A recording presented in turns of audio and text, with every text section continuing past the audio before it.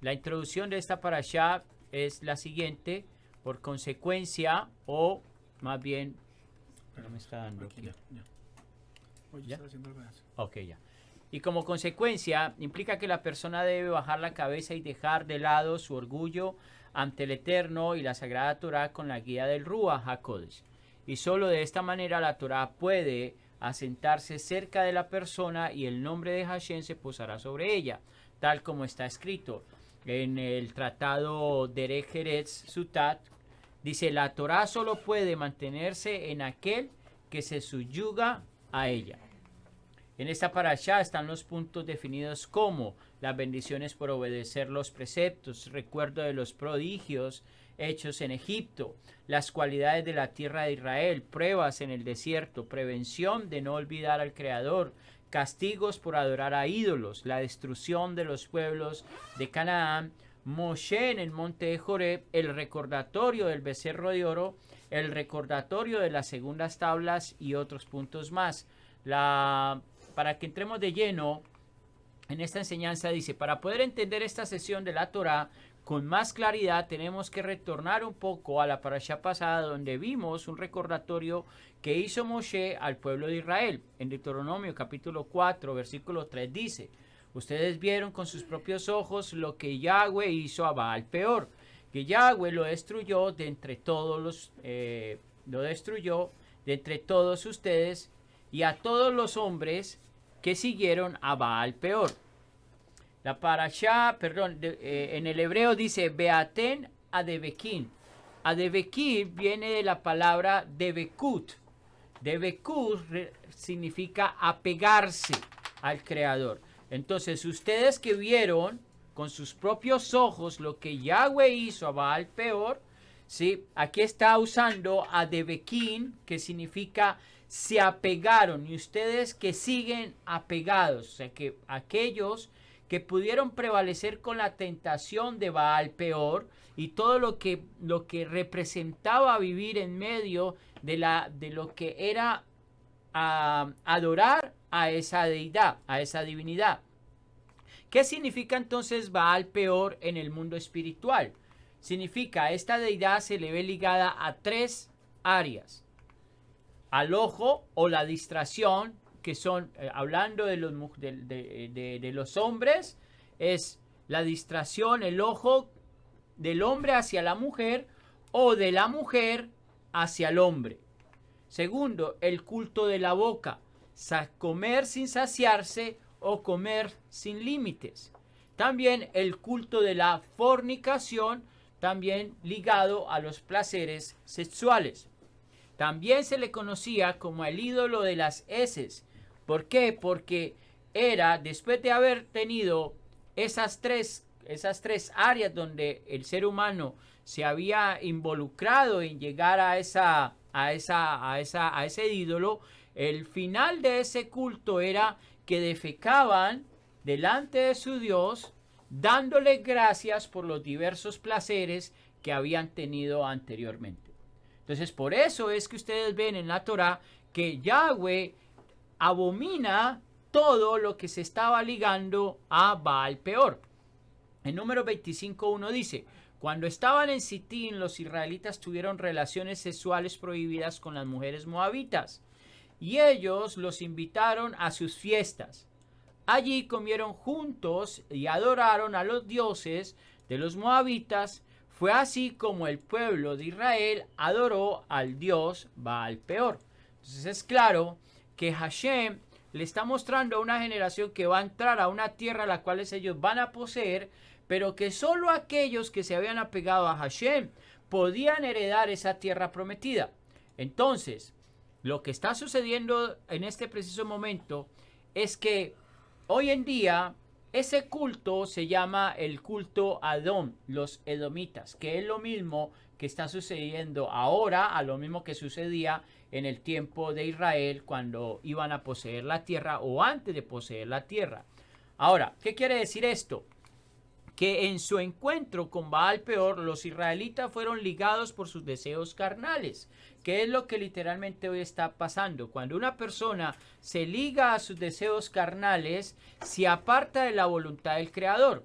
es frecuente de esta manera que el Yeser Hará trabaja contra nuestras vidas. Él trata de encontrar nuestros puntos débiles y luego ataca con tentación hasta que logre su objetivo, que era de la misma manera como se adoraba a Baal Peor. Primero empezaba con la vista. ¿Por qué? Porque las personas comenzaban a tener esa tentación por ese hombre o por esa mujer. Después, por los placeres de la boca, comenzaban a comer y comenzaban a saciar a lo que más pudiera. Dice la historia de que ellos comían demasiado. Y después de que se sentían ya demasiado, en Colombia le llaman hinchos, demasiado llenos, ellos tenían relaciones con las mujeres y después iban y defecaban delante de esa divinidad.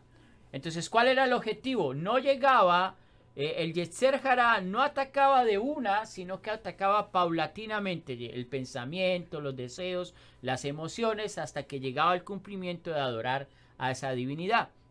En el hebreo, la palabra sanaj significa cometer adulterio, idolatría y fornicación. Según el diccionario Strong, la mala inclinación usa una de las más antiguas tretas contra las debilidades de la carne. ¿Cuál es? La mala inclinación siempre va a querer gobernar el deseo sexual humano. Y por ahí es donde la mala inclinación comienza a fortalecer esa parte negativa del ser humano para que el ser humano tropiece y no llegue al propósito que el Eterno le ha dado.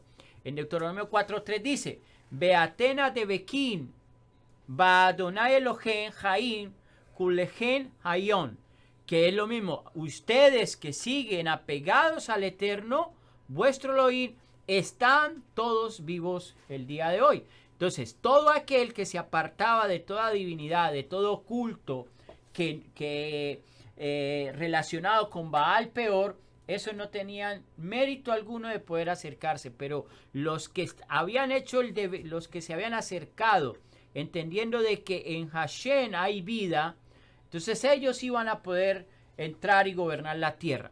Pero ojo, que como ya lo habíamos visto, ¿cuál será en nuestra era venidera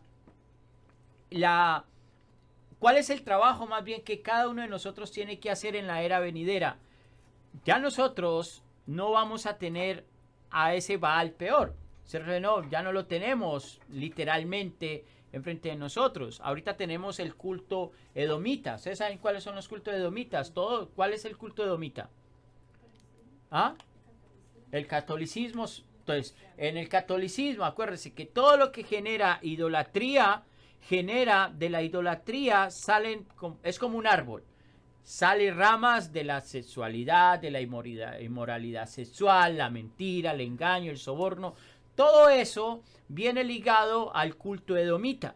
Por eso tú ves que cuando le hablas a una persona con sus raíces muy afianzadas al catolicismo, va a batallar porque hay una divinidad que está dentro de esa persona, sin esa persona reconocer que hay un Dios que en vez de acercarlo lo aparta al Creador. Ahora, ¿qué es el Debekut? Nosotros la parashá pasada lo vimos. El Debekut es el apego al Creador.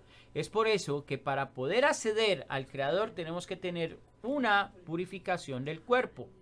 Es por eso que el propósito de la Misbot es que el ser humano se acerque al Creador atrayendo la influencia divina que cada misbah trae consigo. ¿Qué quiere decir esto? Que cuando esto sucede, no solo el alma se santifica a través de la misbah que realizó, sino que incluso su cuerpo físico se eleva y se santifica.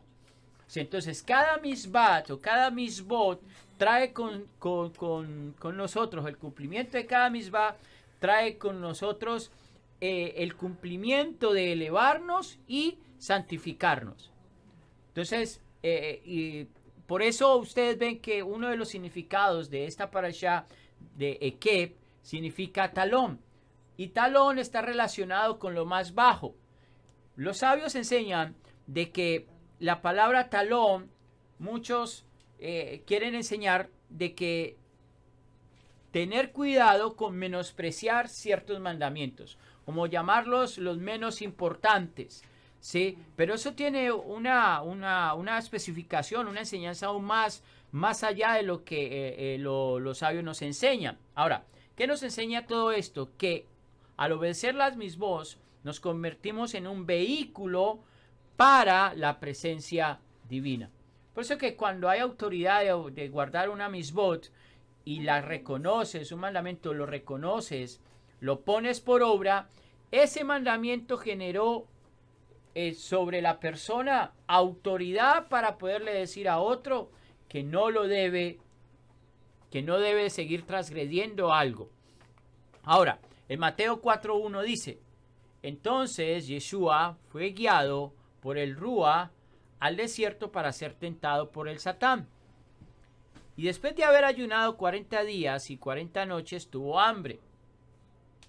Y se le acercó el tentador. Ojo que aquí el texto no le está diciendo el Satán, sino que ya lo está cambiando el nombre como el tentador. Y le dijo, si eres el hijo de Adonai, ordena que estas piedras se conviertan en lején, en pan. Pero él respondió y dijo, está escrito, escrito está, no solo de lején, no solo de pan vivirá el hombre, sino de toda palabra que sale de la boca de Adonai. Si ustedes se dan cuenta, el tentador ya no, el Satán ya no lo llama, perdón, al tentador ya no lo llama Satán, sino que le está diciendo al tentador. ¿Cuál es el tentador? El Yeser Harat, la inclinación, esa área del ser humano que te quiere llevar a corromper o a destruir todo aquello que te acerca a tu creador.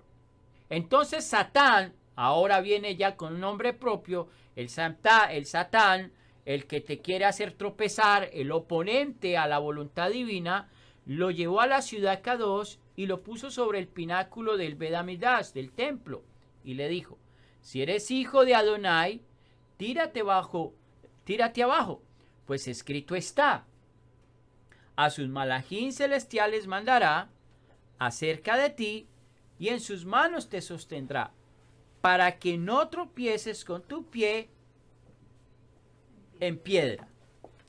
El 7.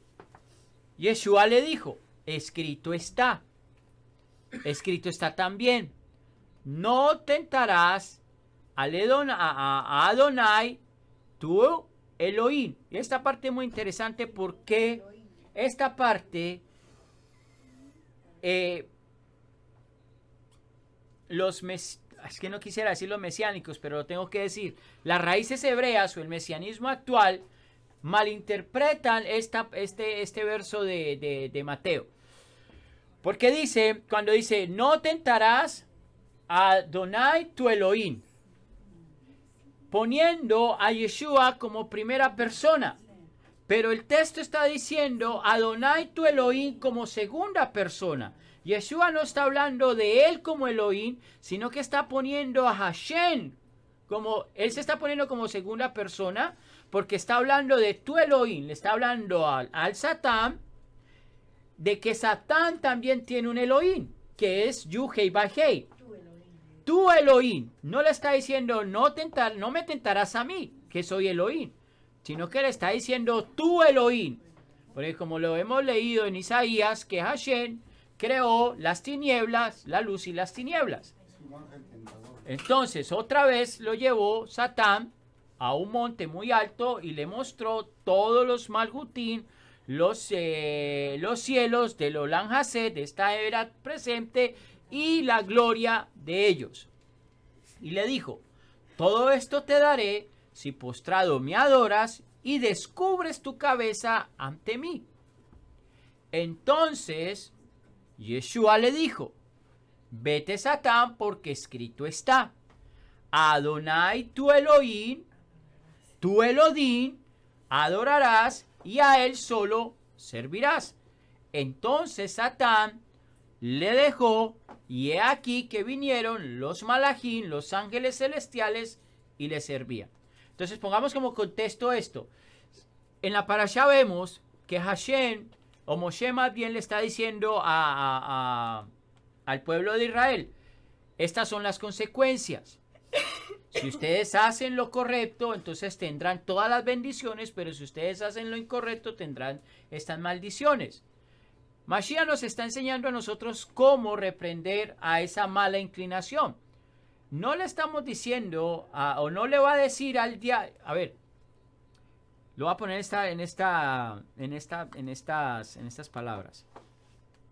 ¿De qué manera Mashiach está reprendiendo o sometiendo la tentación?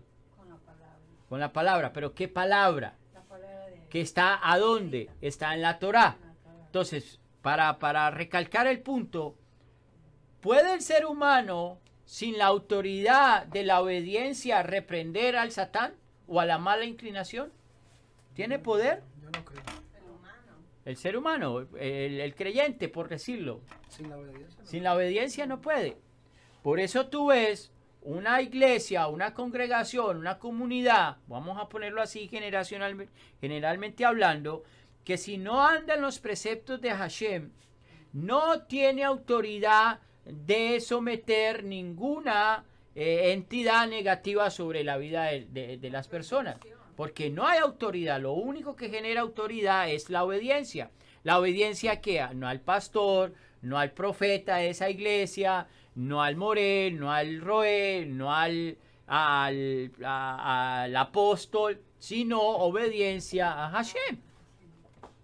Eso es lo que genera autoridad. Por eso Mashiach no dijo te reprendo, Satanás, sino que pone al Eterno por delante, inclusive diciéndole al Satán, a la mala inclinación, tú Elohim, porque la misma mala inclinación tiene un Dios, es el mismo Elohim que nosotros tenemos y todo se somete a él. Dale, Juan. Me parece algo muy interesante. Yo tengo una versión que tradujeron el griego al hebreo y entonces del hebreo lo traducen al español, al inglés, y está en la parte donde dice, eran 4, es la parte donde lo tenta con el pan y dice, se me perdió. Cuando lo encuentre me dice, pues, para que sigamos. Okay. Sí, bueno.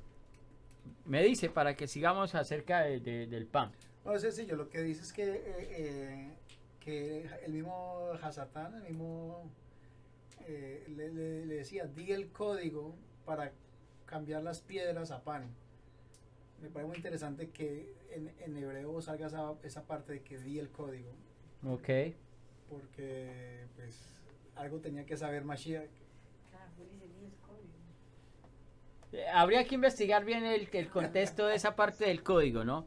Ahora, continuemos con esto. A ver, entonces en Deuteronomio 7 dice,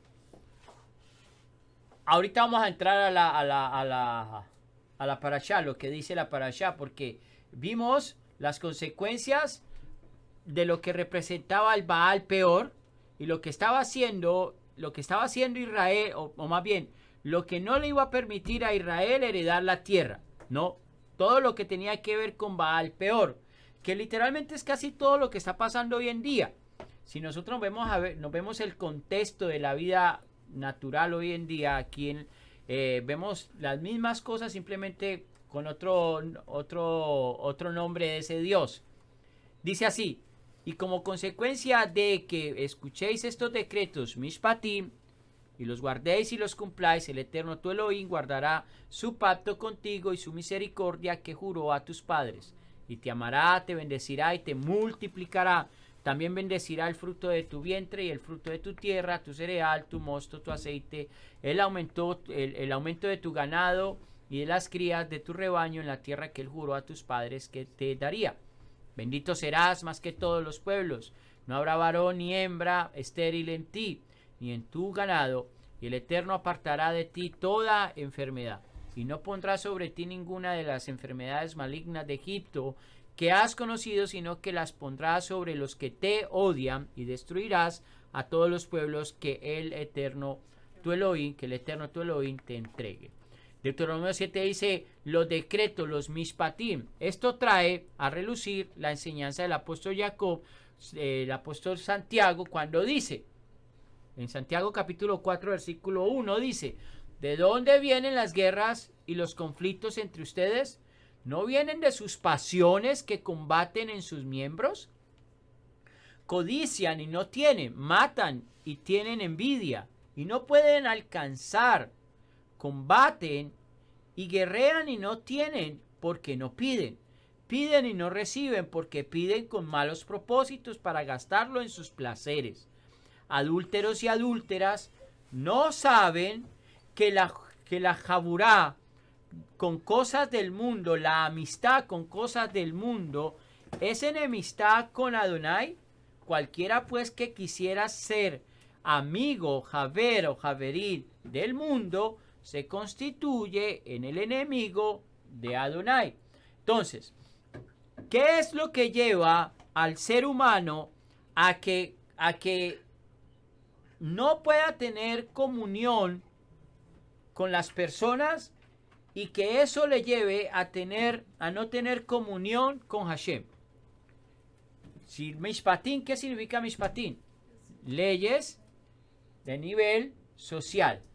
Entonces, si para el Eterno era tan importante o es tan importante mantener una nación con leyes basado en el sistema legal social para que las naciones puedan prevalecer o el hombre pueda prevalecer, entonces podemos decir que todo aquello que rompe un mandamiento de nivel social hace que también se rompa la comunión con el Creador. O sea que si tú eres una persona injusta con tu amigo, con una persona, entonces la justicia de Hashem no puede estar sobre esa persona.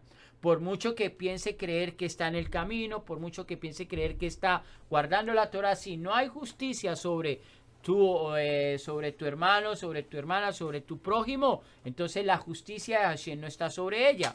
El nombre que también traducido en este contexto, como consecuencia, puede también ser traducido como talón.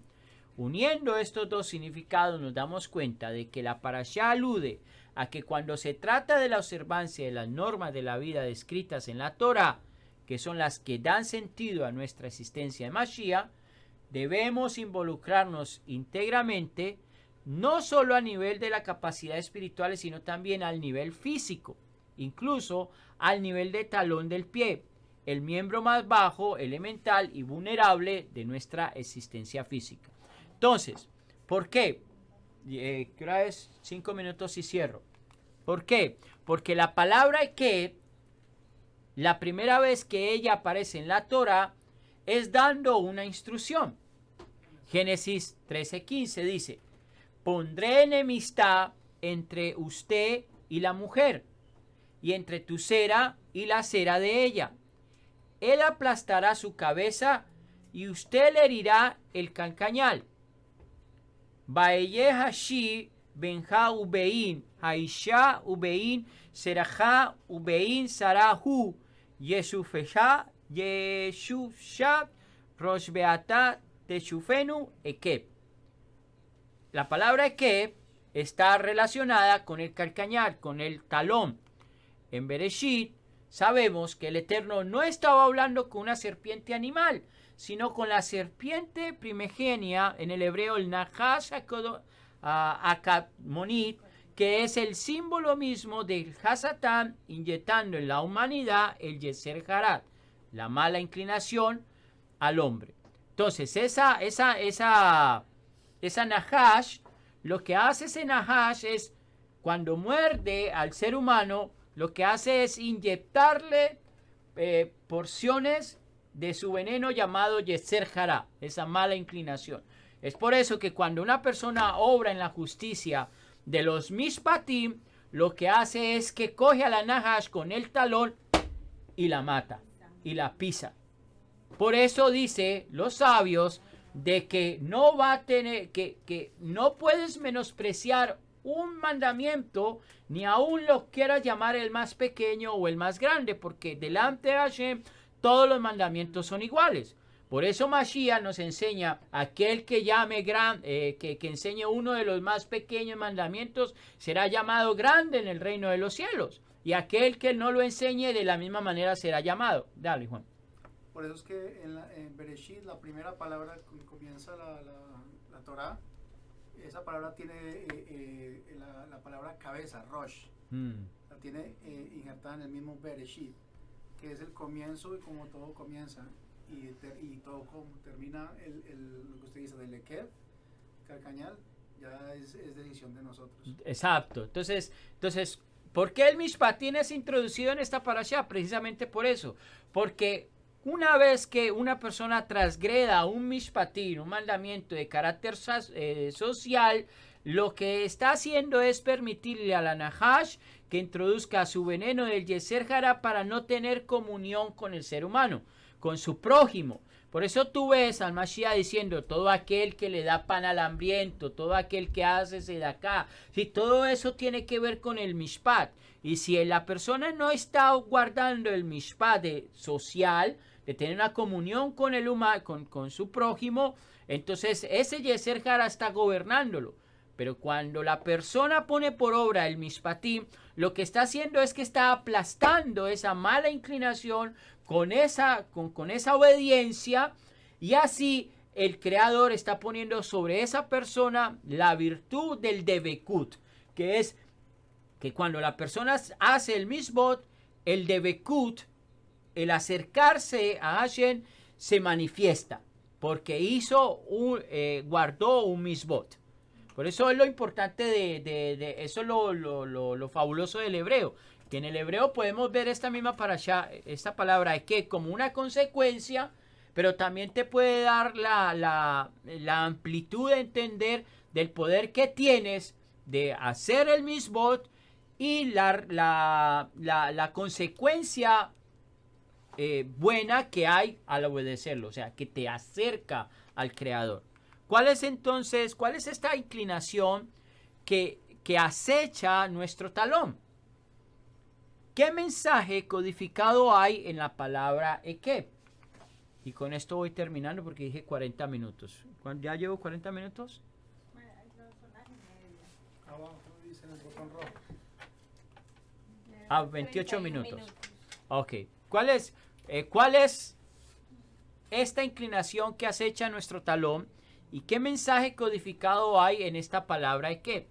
Cuando levantamos a hacer una buena acción o una buena obra, tenemos la fuerza para dominar la serpiente. Pero la serpiente acecha y espera con paciencia hasta el final de la acción buena. Sí, que ahí comienza la batalla. En 1 de Pedro, capítulo 5, versículo 8 dice, permanezcan sobrios, permanezcan alerta. El enemigo de ustedes, el Satán, acecha como león rugiente buscando a alguien a quien devorar. Entonces, ¿cuál es el error aquí? Cuando el hombre termina de hacer la acción buena, si se inclina y reposa para contentarse de sí mismo, observando el fruto de su buena obra, es aquí cuando la serpiente lo muerde y lo llena al hombre con la toxina del orgullo de sus buenas obras, conduciéndolo a decir, yo hice esto, ¿y quién hay como yo? ¿Sí? Esa es la serpiente inyectando al ser humano. Es el orgullo. El orgullo es el veneno que el Yeser Hará inyecta. La palabra hebrea para mal es rat. Las dos letras de Ra, mal, son la resh inicial de Rosh, como decía Juan, y la yin, la inicial de Ekeb, talón. ¿Cuál es el mensaje aquí? Que el orgullo del ser humano será piso de sus propios talones. Este es el sentido de la expresión Yahweh dice a Adán, comerás pan por el sudor de tu frente hasta que regreses la tierra, porque tú has sido sacado de ella. Tú eres polvo y regresarás al polvo. Por eso lo que decía la parashá pasada, que cuando una persona está con el orgullo muy elevado, cree y pretende, a ver, el conocimiento, si el conocimiento no se sabe manejar, la persona se puede llenar de mucho orgullo. La persona que no sabe manejar el orgullo no entiende de que ese conocimiento mal manejado, en vez de acercarlo, lo aleja del Creador. Y ahí es donde nosotros tenemos que tratar de vivir una vida, ¿cómo se podría decir? Humilde. Humilde claro, sería más sabes, más humilde. Bajar la cabeza, ¿sí? Porque precisamente también de esa manera nos damos cuenta que el mandamiento hace que tú mantengas tus pies también sobre la tierra, ¿no? Exacto, sí, entonces cuando una persona no entiende eso y tiene conocimiento, lo que hace es que se vanagloria de su conocimiento y eso lo que está haciendo es apartarse del Creador.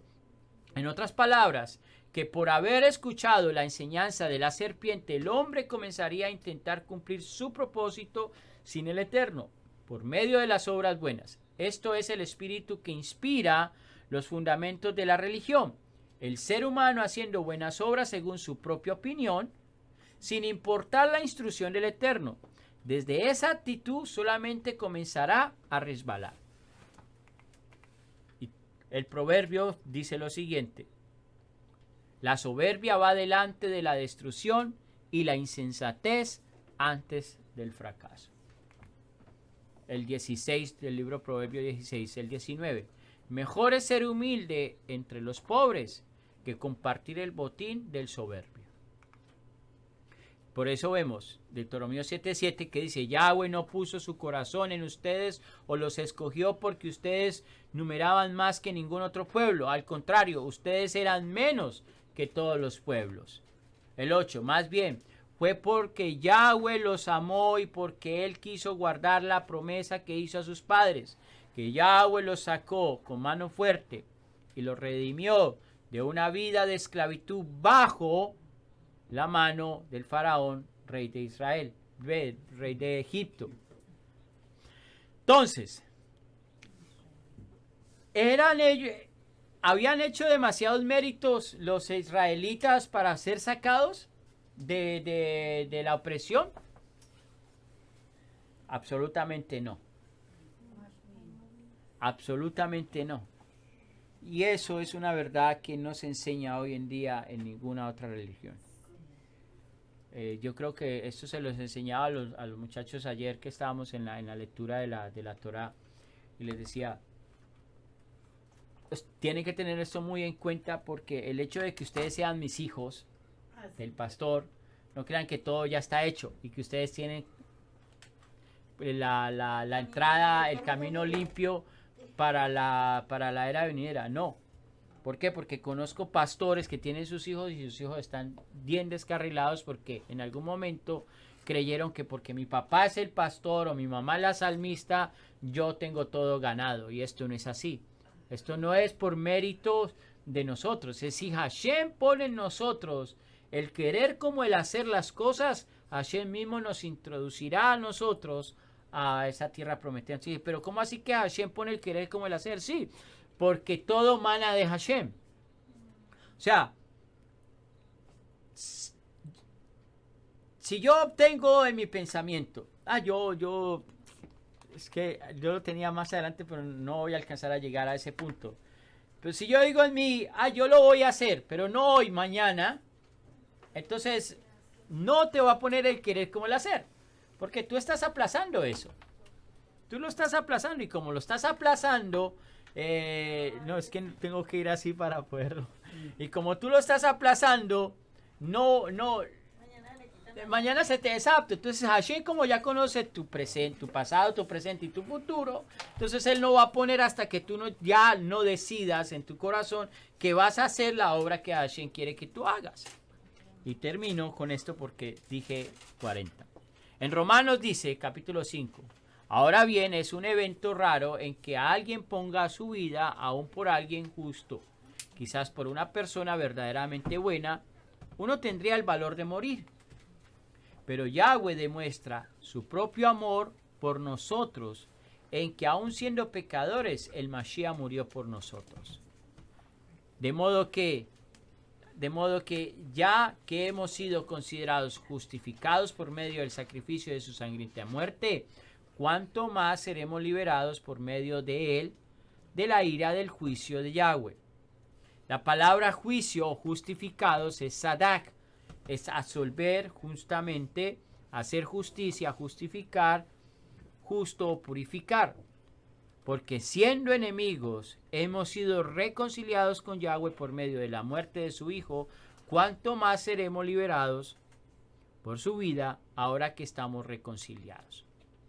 Es por eso que vemos que cuando una persona es reconciliada con Hashem, una persona anda en el pacto con el Creador, una persona anda en el convenio, guardando los mishpatim del Eterno, no menospreciando ninguno de sus mandamientos, entonces viene la promesa. 22 del capítulo 7 del versículo 22. Yahweh su Elohim echará a aquellas naciones delante de ustedes que poco a poco.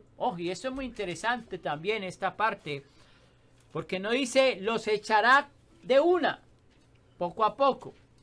Si vamos un poquito más al texto, un poquito más allá de lo que muestra el texto, los sabios enseñan que ese poco a poco habla de la condición pecaminosa del alma.